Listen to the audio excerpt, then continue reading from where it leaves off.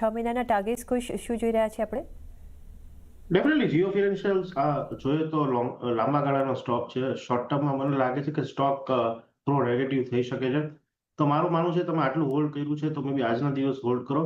285 નો stop loss રાખો.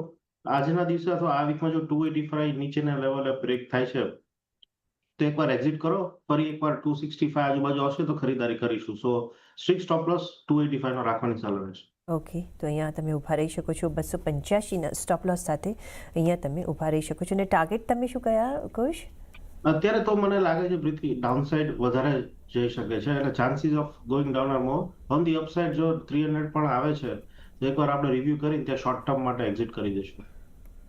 Okay, તો હમણાં ડાઉન સાઇડ છે એટલે 285ના સ્ટોપ લોસથી તમે ઊભા રહેજો. જો 300ની આસપાસ આવે છે તો ફરીથી તમે અમને કોન્ટેક્ટ કરી